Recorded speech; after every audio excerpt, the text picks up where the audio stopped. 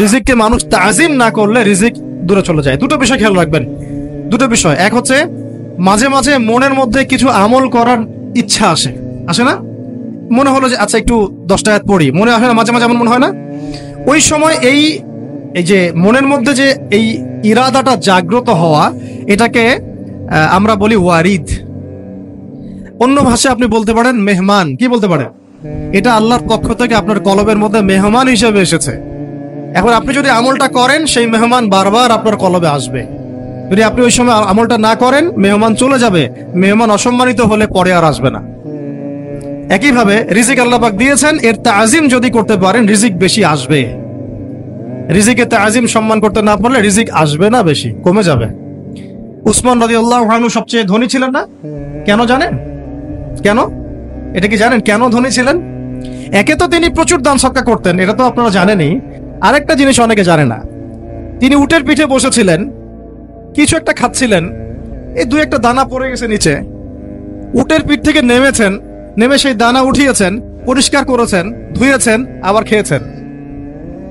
তার এই 2-4টা দানার কোনো কিন্তু মানে পরোয়া না করলেও চলে। তার প্রচুর অর্থ সম্পদ আছে, এত অর্থ সম্পদ যে তাবুক যুদ্ধের দিন 30,000 সেনাবাহিনীর দায়িত্ব নিয়েছেন। 30,000 সেনাবাহিনীর দায়িত্ব নিয়েছেন। সেনাবাহিনী যাবে, থাকবে, খাবে, তাবু টাঙাবে, সব দায়িত্ব তার। 30,000 সেনাবাহিনীর দায়িত্ব নেওয়া কি চারটাখানি কথা? তো এই সাহাবী এই কয়েকটা খাবারের দানা উঠিয়ে খেলেন। নবী সাল্লাল্লাহু আলাইহি ওয়াসাল্লাম বলেছিলেন যে তোমাকে আল্লাহ পাক রিজিক বাড়িয়ে দিবেন না কেন? তুমি রিজিকের যে তাজিম বা যে সম্মান তুমি করো, এর বদৌলতে আল্লাহ পাক তোমাকে বেহিসাব রিজিক দিবেন। দুইটা বিষয় খেয়াল রাখবো। আমলের মেহমান হৃদয়ের মধ্যে আসলে তাকে ফিরায় না দেওয়া, তাহলে সেই মেহমান কিন্তু আর আসবে না। মেহমানকে মূল্যায়ন করলে মেহমান বারবার আসবে ইনশাআল্লাহ। আর রিজিকের তাজিম না করলে রিজিক কিন্তু আপনার ঘরে বেশি বেশি আসবে না। এমনি তো হারামের যুগ, এমনি সুদের যুগ, এমনি ঘুষের যুগ। অলমোস্ট এভরি ফ্যামিলি সুদখোর এখন, অলমোস্ট এভরি ফ্যামিলি। মেয়েরা স্পেশালি যারা শাশুড়ি টাইপের, আপনারা মাইন্ড করেন না, তাদের সাইকোলজি যে এতই নিচে নেমে গেছে এখন যে আমার মেয়ে জাহান্নামে যায় যাক। হ্যাঁ, আমার মেয়ে জাহান্নামে যায় যাক, সমস্যা নাই, দুনিয়াতে সে যেন ভালো থাকে। এটা কেন বললাম? একটা সুদখোরের ঘরে তুলে দিতে সে দ্বিধাবোধ করতেছে না, একটা দুর্নীতিবাজের ঘরে তুলে দিতে দ্বিধাবোধ করতেছে না, একটা ঘুষখোরের ঘরে তুলতে দ্বিধাবোধ করতেছে না, একটা মানে কি বলবো মাদক সেবী, ড্রাগ এডিক্টেড বা এই যে আর কি বলবো ফাসেক, জালেম, এই ধরনের ঘরে উঠাই দিতেও সে দ্বিধাবোধ করছে না। 5তলা বাড়ি চাই আমার মেয়ে 5তলা বাড়ি থেকে সুখে থাকবে। এই যে সুখের ডেফিনেশন এখানে দিয়েছেন আপনারা। এই জন্য কত হাজার হাজার মেয়ের জীবন নষ্ট করে দিয়েছেন আপনারা। আমার কথা মাইন্ড করে না, হাজার হাজার মেয়ের জীবন মায়েরা নষ্ট করে দিয়েছে শুধুমাত্র মেয়েদের দুনিয়াবি সুখ এর সংজ্ঞাটা বুঝতে ভুল করার কারণে। এর নাম যদি সুখী হইতো, তাহলে অমুসলিমরা সুখী না কেন? পশ্চিমারা সুখী না কেন?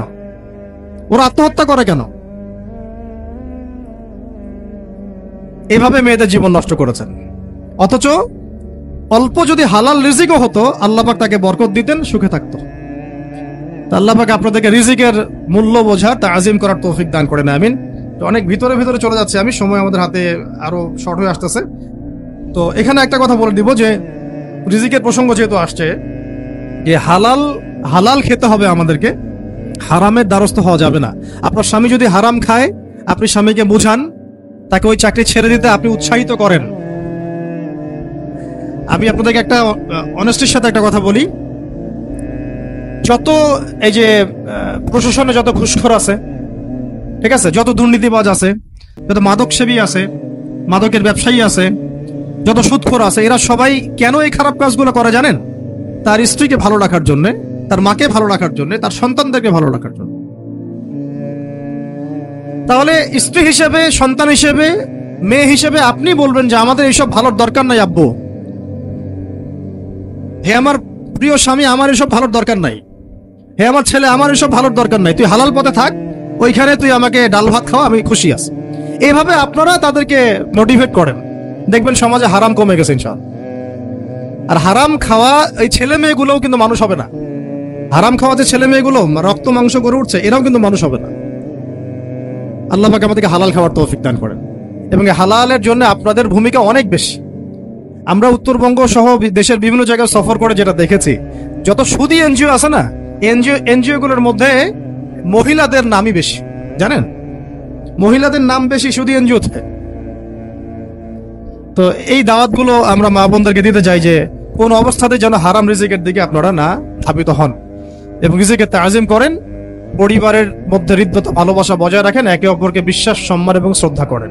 ইনশাআল্লাহ তাআলা আপনাদের পরিবারও সুখী হবে, রিজিকও সুন্দর হবে এবং রিজিকে বরকত হবে ইনশাআল্লাহ। এরপরে আমি আর দু একটা পয়েন্ট নোট করেছি, বলে শেষ করে দিচ্ছি যে এটা স্পেশালি আমি আমাদের ওইসব দিনই বোনদেরকে বলতে চাচ্ছি যে বোনেরা এখনো বিয়ে শাদী করেন নাই। সেটা হচ্ছে যে বিয়ে করার আগেই দিনের বেসিক লেখাপড়া শেষ করেন। এত পাগল হওয়ার দরকার নেই। চরিত্র হেফাজত হচ্ছে না, রোজা রাখেন, ঠিক আছে? দিনই পড়াশোনা আগে শেষ না করে বিয়ে করতে যায় না। বহু আলেমা যারা মাদ্রাসা লাইনের ছাত্রী ছিল, দিনই পড়াশোনা শেষ না করে বিয়ের পিড়িতে বসার কারণে ক্যারিয়ার ধ্বংস হয়ে গেছে। বিয়ে পরে করেন, আগে তুলনামূলক পড়াশোনাটাকে শেষ করে নেন। তুলনামূলক পড়াশোনা শেষ করতে 18 থেকে 20 বছর বেশি লাগে না। যদি আপনি শুরু করেন, একদম 18 থেকে 20 বছর হতে হতে আপনার পড়াশোনা মোটামুটি শেষ হয়ে যাবে। আর যে সাবজেক্টগুলো বললাম আমি, ওইগুলোই বেসিক পড়াশোনা। এখন এটা হয়তো সবার ভাগ্যে নসিব নাও হতে পারে, এক্ষেত্রে বিকল্প অপশন আমরা যাব। কিন্তু আগে মূলনীতি হচ্ছে একটা লেভেল পর্যন্ত পড়াশোনা করার পরেই বিয়ে করেন, কারণ বিয়ের পরে আপনার যত রেসপন্সিবিলিটি আসবে, এটা তখন পড়াশোনা মেনটেন করা এতটাও সহজ না, প্রায় অসম্ভবের পর্যায়ে পড়ে যায়। আর দু একটা বাচ্চা কাচ্চা হয়ে গেলে তো তখন আর কোনো কথাই নাই। তাহলে আপনারা কি আমাদেরকে আয়েশা রাদিয়াল্লাহু আনহার মতো একটা প্রজন্ম দিতে পারবেন না? যদি এটা আপনাদের উদ্দেশ্য হয়, সেক্ষেত্রে কি পড়াশোনা শুরু থেকে করা উচিত না? এখন এই সুযোগটা আমাদের সব বন্ধুদের সামনে হয়তো থাকে না, এই জন্য আমরা বললাম যে বিকল্প অপশনগুলোতে আপনারা দিন শেখার চেষ্টা করেন। আর এরপরে যখন বিয়ে করবেন, পড়াশোনা মোটামুটি শেষ হয়েছে, বিয়ে করবেন, এখন 18-20 বছর বয়স হয়ে গেছে, এখন আল্লাহর ওয়াস্তে দুনিয়াবি বিষয়কে সর্বোচ্চ অগ্রাধিকার দিয়েন না। আজীবন পস্তাবেন, এবং একবার পস্তানো শুরু করলে এই পস্তানো আজীবনও শেষ হবে না। তখন মেইল করে মেসেজ করে কোনো লাভ হবে না, কারণ আপনি বিয়ের আগে দিনকে প্রাধান্য দেন নাই, বরং দুনিয়াকে প্রাধান্য দিয়েছিলেন। আপনি বিয়ের আগে দিনকে প্রাধান্য দেন নাই, বরং দুনিয়াকে প্রাধান্য দিয়েছেন। যখন আপনি সবসময় পরকালকে, আল্লাহকে, তার রাসূলকে প্রাধান্য দিবেন, দিনকে প্রাধান্য দিবেন, দুনিয়া আল্লাহই গুছিয়ে দিবেন। আর যখন আপনি দুনিয়াকে সর্বোচ্চ অগ্রাধিকার দিবেন, দিন আপনার কাছ থেকে দূরে সরে যাবে। দিনের একটা গায়রত আছে, একটা ব্যক্তিত্ব, দিনের একটা স্বতন্ত্র গায়রত আছে, সে সবার কাছে ধরা দেয় না। যেটাকে মূল্যায়ন করে তার কাছেই দিন আসে, যেটাকে মূল্যায়ন করে না তার কাছে দিন আসে না। দিনদার ছেলেকে প্রাধান্য না দিয়ে বিয়ে করতে যায় না, জীবনটা ধ্বংস হয়ে যাবে। হ্যাঁ, আমি বলছি না দিনদার ছেলে মাদ্রাসাতেই থাকে, না, ইঞ্জিনিয়ার লাইনেও থাকতে পারে, ডক্টরও হতে পারে, ইঞ্জিনিয়ারও হতে পারে, কিন্তু এটা বাহ্যিকভাবে এটাকে জাস্টিফাই করাটাও ডিফিকাল্ট। কিছু ক্রাইটেরিয়া দেখে আপনি একটু আন্দাজ করতে পারেন, পুরোপুরি হয়তো কখনোই বুঝতে পারবেন না। সেটা হচ্ছে দিনের প্রতি তার ফিকির কেমন, দিন নিয়ে তার কাজ কেমন, তার লাইফস্টাইল কেমন, তার পরিবার কেমন, কোন পরিবেশে সে বড় হয়ে উঠেছে, তার একাডেমিক্যাল সার্টিফিকেট কেমন, তারপরে তার দাওয়াতের মেহনতে অ্যাক্টিভিটিস আছে কিনা, বা ব্যবসা হালাল কিনা, বা চাকরিটা হালাল কিনা, নামাজ ঠিক আছে কিনা, তার মধ্যে সুন্নাহ আছে কিনা। এগুলো কিছু বাহ্যিক সাইন, যেগুলো দেখে আমরা একটা আইডিয়া নিতে পারি। তারপরে বলবো যে এখানে 100% আপনি এনশিওর হতে পারবেন না, ওইটা আল্লাহ পাকের হাতে। ওইটাও যদি এনশিওর করতে চান, তাহলে কি করতে হবে? তাহলে নিজেকে দিনদার হতে হবে। আমি নিজে যদি ভালো দিনদার হই, তাহলে ইনশাআল্লাহ আল্লাহ পাক আমাকে দিনদার স্ত্রী দিবেন। নিজে দিনদার না, তাহলে কি রেডিমেড দিনদার ছেলে আসবে? কখনোই আসবে না। দোয়া করতে হবে, রব্বানা হাব লানা মিন আজওয়াজিনা ওয়া যুররিয়াতিনা কুররাতা আ'য়ুন ওয়াজআলনা লিল মুত্তাকিনা ইমামা। দোয়া করতে হবে যে রব্বি হাবলি মিনাস সালিহিন, রব্বি হাবলি মিন লাদুনকা যুররিয়াতান তাইয়্যিবা ইন্নাকা সামিউদ দুআ। এই বিষয়গুলো দেখে খেয়াল রাখবেন। আর শরীয়তের মেজাজ মাথায় রাখা, শরীয়তের মেজাজের কথাটা আজকে এই জন্য বলছি যে আমরা আমাদের দেশে যে প্রবলেমটা দেখি, ইসলামের পূর্ণাঙ্গ বিষয়গুলো মানুষ মাথায় রাখতে চায় না। ইসলামে যেমন নামাজ, রোজা, হজ, যাকাত আছে, ইসলামে কিন্তু দাওয়াত, তাবলীগ, জিহাদও আছে, তাই না? ইসলামে কিন্তু শরিয়া আইনও আছে, হুদুদ, কিসাস আছে, ইত্যাদি আছে। আমাদের সমাজে দেখেন নামাজ শব্দ পরিচিত, কিন্তু কেসাস শব্দ পরিচিত না। কেসাস মানে কয়জন জানেন যে কেসাস শব্দ অর্থ কি? অনেকে জানে না, কিন্তু কেসাস একটা কোরআনের একটা ফান্ডামেন্টাল বিধান, যে কেউ যদি আপনার চুরি করে হাত কেটে ফেলতে হয়, কেউ যদি ব্যভিচার করে বেত্রাঘাত করতে হয়, বিবাহিত হলে রজম করতে হয়, কেউ যদি মুরতাদ হয় তারও মৃত্যুদণ্ড শাস্তি আছে, কেউ শাতেমে রাসূলকে গালি দিয়েছে তারও মৃত্যুদণ্ড আছে। এরকম অনেক বিধান আছে, হুদুদ এবং কিসাস আছে। হত্যার বদলে হত্যা, চোখের বদলে চোখ, জানের বদলে জান। আমাদের সমাজে এগুলো পরিচিত না। নামাজ পরিচিত কিন্তু, তাসবিহ তাহলিল পরিচিত, ঠিক আছে। এরকমই সমাজেও বহু বিবাহ এটা অপরিচিত। হ্যাঁ, আপনি একটা বিয়ে করে বাইরে 4টা 5টা 6টা মেয়ের সাথে খারাপ সম্পর্ক করলে সমাজ এটাকে প্রমোট করে, এটাকে কাছে আসার গল্প নাম দেয় আর কি। কিন্তু একটা মেয়ের পুরো জীবনের রেসপন্সিবিলিটি আপনি নেবেন হালাল ভাবে, তখন সমাজ আপনাকে বাঁকা চোখে দেখবে এবং বিতর্কিত করবে। তো আমরা এখনো ওই ইসলামের ওই মেজাজে যাইতে পারি নাই। আমার মেয়েকে বড় করার সময় এটা তার মাথায় ছোট থেকে দেওয়া উচিত যে হ্যাঁ, ইসলামে কিন্তু বহু বিবাহের ব্যাপারও আছে, ওকে ওইভাবেই ওই মেজাজেই বড় করা উচিত। এখানে আরেকটা প্রশ্ন আসতে পারে যে এটা তো ঐচ্ছিক। অবশ্যই ঐচ্ছিক, কেউ চাইলে করতে পারে, কেউ চাইলে নাও করতে পারে, সবার উপর এটা ফরজ না, কখনোই না। এবং এটাকে আমরা বড় বড় স্কেলে এটাই সুন্নত এটাও বলতে পারবো না। ওইটা একটা নির্দিষ্ট প্রেক্ষাপটে অ্যাপ্লাই করার বিষয় ছিল। যেমন উহুদের যুদ্ধ হয়ে গেছে, অনেক মেয়ে এতিম হয়ে গেছে, এখন এই মেয়েগুলো দায়িত্ব কে নিবে? বহু বিবাহের ব্যাপারটাতে আসলো তখন সূরা নিসার আয়াত যে তোমরা এখন পছন্দ হলে মাসনা সুলাসা রুবা করতে পারো। এটা কাউকে ফরজ করা হয় নাই, কারোর উপরে ফরজ করা হয় নাই। যার সামর্থ্য আছে তোমরা করতে পারো, খালাস। ওই মেয়েগুলোর দায়িত্ব নিয়ে নেওয়া হলো রাষ্ট্রীয়ভাবে, এবং তারা সম্ভ্রম পেল, সম্মান পেল, গার্ডিয়ানশিপ পেল, তাদের সমস্ত অধিকার ফিরে পেল। এটা ইসলামের একটা বিধান আছে। একেবারে এটাকে বাদ দিয়ে এটাকে অস্বীকার করা, কুফরি করলে কিন্তু কোরআনের সাথে আপনার কুফরি হয়ে যাবে। আপনার নিজস্ব রুচিবোধ থাকতে পারে যে আমি এটাকে পছন্দ করি না, সেটা আপনার ডিসিশন, এটা কোনো সমস্যার কিছু নেই। এমনকি ইসলাম আপনাদেরকে বলেছে যে মেয়ের অনুমতি ছাড়া তাকে বিয়েও দেওয়া যাবে না। সবার নিজস্ব জায়গা থাকতে পারে, কিন্তু ইসলামের প্রত্যেকটা বিধানকে মাথায় রাখা যে এটা ইসলামের একটা অংশ। না হলে আমরা অনেক সামাজিক সমস্যার সমাধান দিতে পারবো না। বাংলাদেশে এখন 6 লক্ষ মেয়ে আছে যারা এতিম, অবিবাহিতা, বিধবা, আরো বেশি। আমরা রাষ্ট্রীয়ভাবে তাদের কোনো ব্যবস্থা করতে পারবো না, সম্ভব না। তো এইখানে মেয়েদেরকে, যেহেতু মেয়েদের মধ্যে আমি কথাগুলো বলছি, এই জন্য আমি এই কথাটা টাচ করলাম যে ইসলামের পূর্ণাঙ্গ বিষয়গুলো আমাদের মাথার মধ্যে রাখা, যে আমাদের যেন এমন কোনো বিষয়কে অস্বীকার করে না বসে যেটা আবার আমাকে ঈমান থেকে বের করে দিবে। আমার নিজের আমল না হতে পারে, আমি নিজে সেটা পছন্দ না করতে পারি, বা আমার মতামত থাকতে পারে, সেটা আলাদা ইস্যুস, কিন্তু ইসলামের বিধানগুলোকে আমরা কোনোভাবে যেন ডিনাই করতে না যাই, এটা আমাদের মাথায় রাখতে হবে। আর এটা সমাজের কল্যাণের জন্যই আল্লাহ রাব্বুল আলামিনের পক্ষ থেকে একটা ইখতিয়ার দেওয়া হয়েছে। আর দুটা বিষয় বলে শেষ করে দিচ্ছি, সেটা হচ্ছে ওই যে ইলমের কথা বলেছিলাম শুরুতে, এর সাথে আমি আমার ব্যক্তিগত জীবন থেকে বলছি আর 3টা জিনিস ইলমের সাথে খুব বেশি কানেক্টেড, এটা মাথায় রাখবেন। একটা হচ্ছে আদব। একটা কি? আদব। আদব রক্ষা করতে না পারলে ইলম অর্জন করতে পারবেন না। তাই আদব রক্ষা করার জন্য আমাদেরকে ওই জেনারেল লাইনে পড়াশোনার মেজাজটা ত্যাগ করে আসতে হবে। আমরা ওইখানে যে মেজাজে পড়াশোনা করি, ওই মেজাজটা আমাদেরকে একটু কর্পোরেট হতে শেখায়। মানে আমি বেতন দিয়েছি 500 টাকা, আমি 500 টাকার ক্লাস পাইলাম না কেন, তাই না? মেজাজটা এরকম আর কি। অথচ এখানে ওস্তাদের দোয়া নেওয়ার জন্য আমাদেরকে সিরিয়ালে দাঁড়িয়ে থাকতে হবে। এটা হচ্ছে এই প্ল্যাটফর্ম, এটা হচ্ছে ওই অন্য জায়গা। এখানে একজন নবী হয়েও মুসা আলাইহিস সালাম যুগের পর যুগ হাঁটছেন এমন একজন ব্যক্তির সাক্ষাতের জন্য যিনি তার চেয়ে বেশি জ্ঞানী। তার নাম খিদর আলাইহিস সালাম, যিনি তাকে সাথে নিতে চাচ্ছেন না। তিনি বলছেন যে ইন্নাকা লান তাস্তাতিআ মাইয়া সাবরা, তুমি তো আমার সাথে ধৈর্য ধরতে পারবে না। কিন্তু মুসা আলাইহিস সালাম তারপরও চললেন, বারবার প্রশ্ন করলেন, কিন্তু শেষ পর্যন্ত সম্পর্ক কিন্তু নষ্ট হয়ে গেল। মনে আছে কি হাদিস সূরা কাহফের কথা বলছে। তো এটা হচ্ছে এই ইলমের জায়গাটা এমন একটা ইলমের জায়গা যেখানে আদব রক্ষা না করলে ইলম পাওয়া যাবে না। আরেকটা বিষয় হচ্ছে তাসকিয়া, ইলম অর্জন করে ওস্তাদের কাছ থেকে দোয়া নেওয়া এবং আত্মশুদ্ধি অর্জন করা। মনের মধ্যে কোনো হিংসা না রাখা।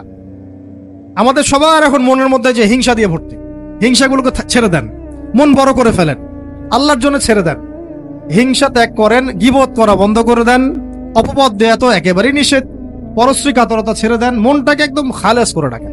একদম সাহাবী সম্পর্কে নবীজি বলছেন, এই যে এখন যে সাহাবী ঢুকবে মসজিদে, ও জান্নাতি। সবাই আগ্রহ নিয়ে বসে আছে, কে এসে ঢুকলেন? জান্নাতি। পরের দিনও সেম কথা, এখন যে ঢুকবে সে জান্নাতি। সেম সাহাবী ঢুকলেন, পরের দিনও সেম কথা, এখন যে ঢুকবে সে জান্নাতি। সেম সাহাবী ঢুকলেন। এবার একজন সাহাবী কৌশল করে তার বাসায় গেলেন, দেখি তো কি আমল করে সে। তো দেখলেন তো রাত্রেবেলা তাহাজ্জুদে উঠতেছে না, এশার নামাজ পড়ে ঘুমায় গেছে, ফজরের নামাজে উঠলো। 3 দিন থাকলেন, 3 দিন সেম। তখন তিনি বললেন, আচ্ছা ভাই, তোমার ব্যাপারে নবীজি এরকম মন্তব্য করেছেন, তোমাকে তো এমন কোনো খাস আমল করতে দেখলাম না। তো তিনি বলছেন, আচ্ছা একটা বিষয় হতে পারে, আমি অত বেশি আমল হয়তো করি না, কিন্তু আমি যখন ঘুমাতে যাই আমি সবাইকে মাফ করে দিয়ে ঘুমাই। মন ফ্রেশ, মনটা থেকে সব বের করে দেওয়া, এটা তাসকিয়া, এটা ইলমের সাথে সম্পৃক্ত। আল্লাহ পাক আমাদের সবাইকে এই বিষয়গুলো বোঝার তৌফিক দান করেন। আর এরপরে আমি বলবো যে সন্তান প্রতিপালনে যত্নশীল হন, কারণ এরপরে তো আমাদের অ্যাসেট তারাই। এবং মেয়েদেরকে আমি বলবো যে আপনারা বেশি বেশি সন্তান নেবেন। কে শিখাইছে একটা বাচ্চা নিতে হবে, দুইটা বাচ্চা নিতে হবে? এগুলো বোগাস কথাবার্তা পশ্চিমারা শিখাইছে। আর নবী সাল্লাল্লাহু আলাইহি ওয়াসাল্লাম কি বলেছেন? আমি সেই নারীদেরকে নিয়ে গর্ব করব যেই নারীরা বেশি বেশি সন্তান জন্ম দিতে পারে। আমি আমার উম্মতের সংখ্যা নিয়ে গর্ব করব। হ্যাঁ, সবার ফিজিক্যাল কন্ডিশন এক না হতে পারে, কিন্তু এই মানসিকতাটা ত্যাগ করতে হবে যে আমার একটাই, দুটি সন্তানের বেশি নয়, একটি হলে আরো ভালো হয়। এইসব পশ্চিমা তন্ত্রমন্ত্র বন্ধ করতে হবে। ঠিক আছে, এরপরে বলবো যে মিডিয়া দিয়ে, আচ্ছা, এই সন্তান প্রতিপালনের ক্ষেত্রে একটা কথা বলে দেই যে প্যারেন্টিং এর অনেক বই বাজারে বের হয়েছে, প্যারেন্টিং টিপস আছে। এই প্যারেন্টিংটা নিয়ে আলাদা ইনশাআল্লাহ একদিন সেশন করবো, এখানে অনেক কথা বলার আছে। সন্তান প্রতিপালন একটা শিল্প, সন্তান প্রতিপালনটা একটা শিল্প, খুব ধৈর্যের কাজ, সবরের কাজ, লেগে থাকার কাজ। সন্তানকে সময় দেয়া, ওর খাবারের দিকে খেয়াল রাখা, ওর মানসিকতার দিকে খেয়াল রাখা, ওর ফিজিক্যাল অ্যাক্টিভিটিস দিকে খেয়াল রাখা, ওর মানে আত্মা দূষিত হয়ে যাচ্ছে কিনা এটা খেয়াল রাখা, ওর ভালো একাডেমিক পরিবেশ নিশ্চিত করা, ভালো ওস্তাদ দেওয়া, ওর সাথে মেশা, ওকে আদর করা, অনেক কিছু আছে। এটা নিয়ে ইনশাল্লাহ আমরা একদিন আরেকটা সেশন করবো ইনশাল্লাহ। তো সন্তান প্রতিপালনের সাথে আমি বলবো যে প্রচলিত যে মিডিয়াগুলো, এই জি বাংলা, স্টার জলসা, এই যে পিছনে লেখা আছে যে অপসংস্কৃতি, এক কথায় বিজাতীয় অপসংস্কৃতি, এই মিডিয়াগুলো বাসা থেকে বন্ধ করে দেন। একেবারে টেলিভিশনের দরকার নেই বাসা। অনলাইনে আমরাও কিছু কিছু ক্ষেত্রে আসলে আমরাও অনলাইনের মধ্যে ডুবে গেছি। আমি নিজেও ফিকির করছি, চেষ্টা করছি এখান থেকে বের হওয়ার জন্য। আপনারাও বের হন, মানে প্র্যাকটিক্যাল জীবনে আসেন। এটা একটা ভার্চুয়াল জগৎ, এখান থেকে আমরা যা দেখি এটা আমাদের মাথার মধ্যে প্রভাব বিস্তার করে। বহু সামাজিক ঘটনা এবং পারিবারিক অঘটন এই ফেসবুক, ইউটিউব থেকে হচ্ছে। এই কন্টেন্টগুলো দেখা আমাদেরকে বন্ধ করতে, বাস্তবতার সাথে এগুলো কোনো সম্পর্ক নাই। আমাদের কিতাব পড়ার অভ্যাস বেশি করে বাড়াতে হবে, ওস্তাদদের সহবতে যাওয়া, আমল করা, কান্নাকাটি করা, দোয়া করা, ইস্তেগফার করা, আল্লাহর সাথে কানেকশন। আল্লাহ পাক আমাদেরকে মিডিয়ার এই রং ঢং বলি আমি, মিডিয়ার এই রং ঢংগুলো ত্যাগ করতে হবে। মিডিয়া একটা কিছু দেখলে আমাকে কেন কিনতে হবে? কেন আমি একটা মিডিয়াতে দেখলাম যে এরকম একটা নতুন অর্নামেন্টস আসছে, আমাকেই কেন কিনতে হবে? কেন আমি ওইটার জন্য আবার বাসায় চাপ দিব? কেন ওইটা আমি আমার পরিবারে ফাসাদ সৃষ্টি করার কারণ হবে? প্রয়োজন নাই। আর আমাদের মানে মাদ্রাসার মেয়েদেরকেও এসব থেকে দূরে রাখতে হবে, মিডিয়া থেকে দূরে রাখতে হবে। মানে সব মিডিয়া উপকারী না, বরং মিডিয়ার মধ্যে 99% ইসলামিক মিডিয়া না। যদি এটা হতো যে সব এর মধ্যে অ্যাটলিস্ট 10% ইসলামিক মিডিয়া, তাহলে বলতাম ওগুলো অ্যাটলিস্ট দেখেন। এখানে কিন্তু সেই সুযোগটাও পাচ্ছেন না। খুব কম মিডিয়া আমাদেরকে প্রকৃত বিষয়টা শেখায় এবং সত্যের কাছাকাছি নিয়ে আসে। বেশিরভাগ মিডিয়াই প্রতারণাপূর্ণ এবং কর্পোরেট সেকশন, এগুলো থেকে আল্লাহ পাক আমাদেরকে দূরে থাকার তৌফিক দান করেন। এবং এই কালচারগুলো ছেড়ে দেন। হিন্দুদের কালচারের সাথে আমাদের কি সম্পর্ক? আমরা মুসলিম, আমরা মুহাম্মদ সাল্লাল্লাহু আলাইহি ওয়াসাল্লামের উম্মাহ। আমাদের সাথে মুশরিকদের কি সম্পর্ক? আমাদের সাথে ইহুদিদের কি সম্পর্ক? আমাদের সাথে খ্রিস্টানদের কি সম্পর্ক থাকবে? আমরা কেন ওদের সংস্কৃতি গ্রহণ করব? কিসের জন্মদিন, কিসের মৃত্যু দিবস, হ্যাঁ, কিসের এসব গায়ে হলুদ, কিসের এসব বৌভাত, এগুলো কি? এগুলোর সাথে আমাদের কি সম্পর্ক? আমাদের সাথে সম্পর্ক হচ্ছে হিজাবের, সালাতের, তাসবির, সিজদার, জায়নামাজের, আতরের, খুশবুর, মিসওয়াকের। আমাদের সাথে এগুলো সম্পর্ক। আমাদের সাথে সম্পর্ক হিজাবের।